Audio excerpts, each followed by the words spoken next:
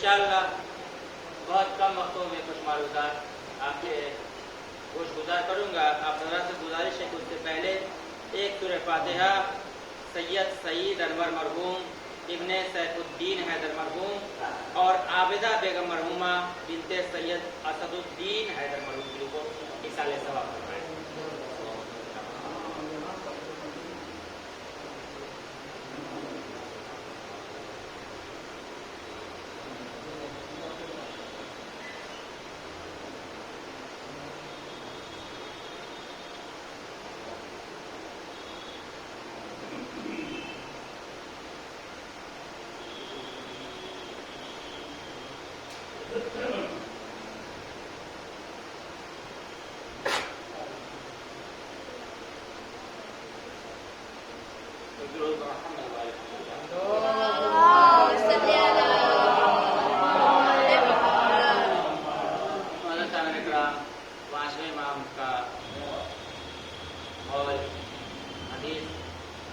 जिसमें ये बयान किया जा रहा है कि बेकुल्ले शहीद ये हर चीज़ की एक फसल है, एक मौसम है। वरबीउल कुरान और कुरान का जो मौसम है, कुरान की जो फसल है वो है शहर रमज़ान, यानी रमज़ान का महीना। और चूँकि आज खुदावंद आलम की तौफीक से आज मोमिनीन का दूसरा रोज़ा पूरा हुआ। अभी तो अगर हम अज़मत रमज़ान के बारे में गौर करें तो बहुत आसानी से इस चीज़ को हम समझ सकते हैं कि जो नेमतें, एक जुमले में रमज़ान की अज़मत के लिए ये कहना चाहूँगा कि जो नेमतें हमें 11 महीने नसीब नहीं होती वो नेमतें हमें इस महीने में नसीब हो जाती हैं। और सिर्फ हमें ही नहीं,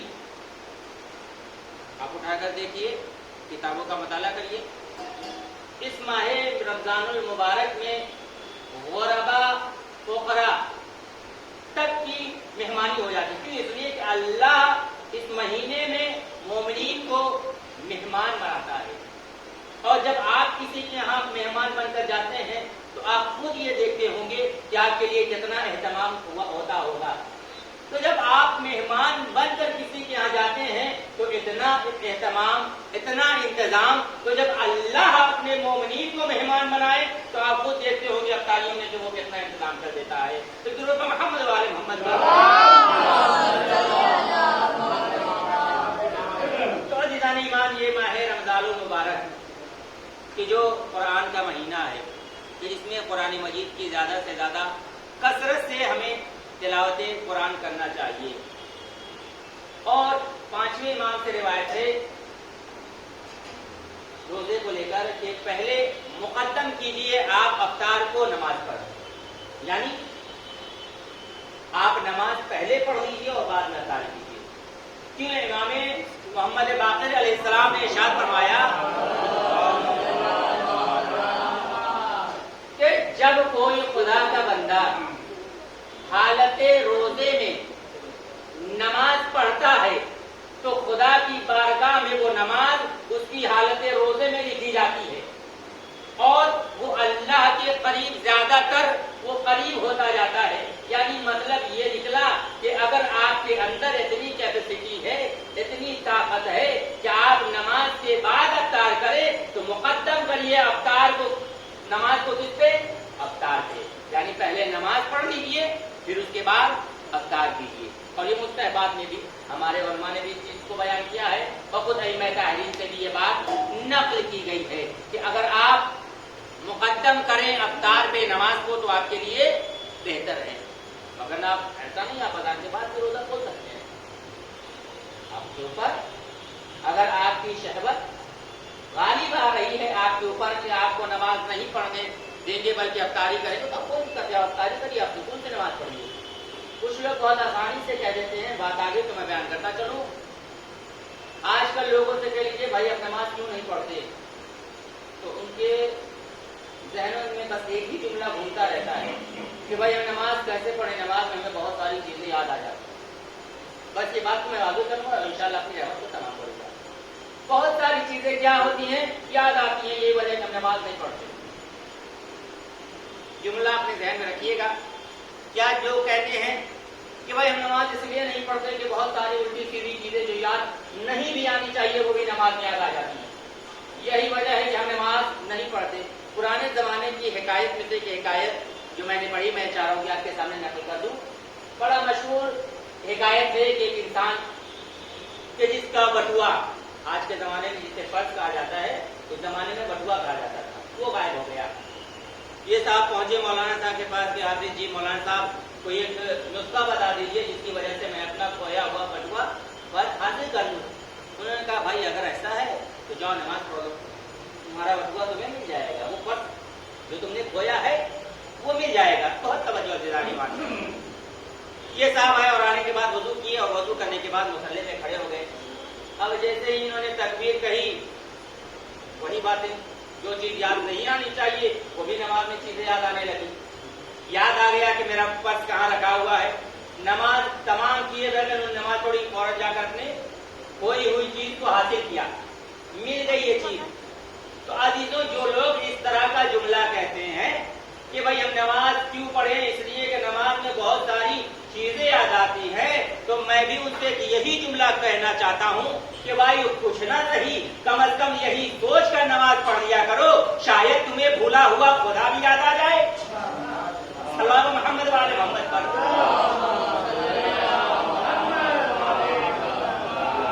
सोच कर नमाज पढ़ लिया करो, शायद कि तुम्हें भूला हुआ खुदा भी याद आ जाए। बात आ गई तो मैं दो मिसरे आपके समातों के नजर करता चलूं कि खुदा को भूल गए लोग फिक्र रोजी में, खुदा को भूल गए लोग फिक्र रोजी में। ख्याल रिज्क है रज़्ज़ाक़ का ख्याल नहीं, ख्याल रिज्क है रज़्ज़ाक़ का ख्याल नहीं। यानी आज हमें काम की बहुत जरूरत है, लेकिन जो रिज्क देने वाला है उसका ख्याल नहीं है। हमारी खिलकत इस दुनिया में क्यों हुई? कुरान मजीद की अगर आप तिलावत करेंगे और तफासीर उठा के पढ़ेंगे तो वो आपको वही जुमला मिलेगा कि जिसमें साफ साफ इरशाद फरमाया जा रहा है, साफ साफ ऐलान हो रहा है, वमा खलक़्तुल जिन्न वल इंस इल्ला लियअबुदून। मैंने जिन्नो इंस को पैदा नहीं किया, क्यों? मगर इसलिए को मेरी इबादत करें। बस मैंने अपनी रहमतों को समेटा। तो हमारी खिलकत इसलिए हुई है कि हम इबादत करें, लेकिन आज हम इबादत से बहुत दूर होते चले जा रहे हैं। आपसी रंजिशें हमारे दरमियान इतनी ये हो गई है कि अगर फलां साहब आएंगे तो हम मस्जिद में नहीं जाएंगे। वो या आप उस चीज को, आप वो तौफीक जो आपको अल्लाह की हासिल थी, अल्लाह के घर में आने की, आप उससे महरूम हो गए। तो हम क्यों महरूम हो? ऐसा नहीं है, पूरी तफसीर वक्त नहीं है कि मैं आपके सामने तफसीली गुफ्तगू करूं। तो अल्लाह इमाम, हमने जितना अल्लाह से नजदीक होना चाहिए था, आज हम उतना अल्लाह से दूर होते जा रहे हैं। क्यों? इसलिए कि हमने अपने आप को पहचानना भूल गए। हम अपने आप को नहीं पहचान पा रहे हैं। हमारे अइम्मा की सीरत क्या है, हमारे उलमा की सीरत क्या है, हमारे अंबिया की सीरत क्या है, जिसकी सीरत हमारे लिए नमूने अमल है बनी, आज हमने उसकी सीरत को बालाए ताक रख दिया है। अगर आज हमने उसकी सीरत को अपनाया होता तो दुश्मन को भी अपने घर में आते ही उसकी रिस्पेक्ट करते, पूरी तारीफ उठा करते थी। नबी की क्या सीरत थी? नबी ने कभी किसी को सताया? भाई आलमीन के लिए रहमत बनकर आए थे।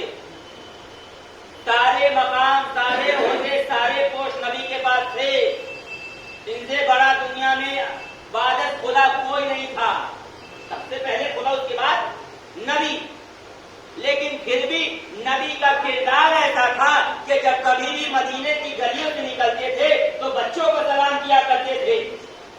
और आजकल देख लीजिए, जरा सा ओहदा मिल जाता है, फलां साहब के बेटे ने हमें सलाम नहीं किया। हमारे नबी की सीरत तो ये थी कि वो बच्चों को सलाम करते थे। आप भी बच्चों को सलाम करें, लेकिन नहीं, क्योंकि आज हमें यही वजह है कि मौलाए कायनात का इरशाद गिरामी हो रहा है कि अगर तुम किसी को जानना चाहते हो, अगर तुम किसी को पहचानना चाहते हो तो एक उसे मनसब दे दो। अगर वो मनसब को बेहतरीन तरीके से अदा कर ले तो यकीनन वो इंसान काबिल एहतराम है, काबिल इज्जत है। लेकिन अगर वो उसी मनसब की मुखालिफत करने लगे, उसी मनसब को अलग तरीके से अपनाने लगे, तो याद है कि वो इंसान लायक एहतराम नहीं है। क्यों? इसलिए कि नबी की सीरत क्या कह रही है। आज हमने अपनी اپنی طبیعت کو شریعت کے اوپر بھاری کر دیا ہے. شریعت جو چاہ رہی ہے وہ ہمیں نہیں کرنا. کیوں؟ اس لیے کہ ہماری طبیعت گوارا نہیں کر رہی ہے. شریعت چاہ کچھ رہی ہے، طبیعت چاہ کچھ رہی ہے. جہاں شریعت اور طبیعت میں اختلاف پایا جاتا ہے وہ انسان کبھی کامیاب نہیں ہوتا. تاریخ اٹھا کے پڑھیے، وقت نہیں ہے کیونکہ میں نے کہا کہ 15 منٹ میں اپنی رحمت کو تمام کر دوں گا، لہذا وقت کو مد نظر پیش کروں گا محمد وآل محمد پر.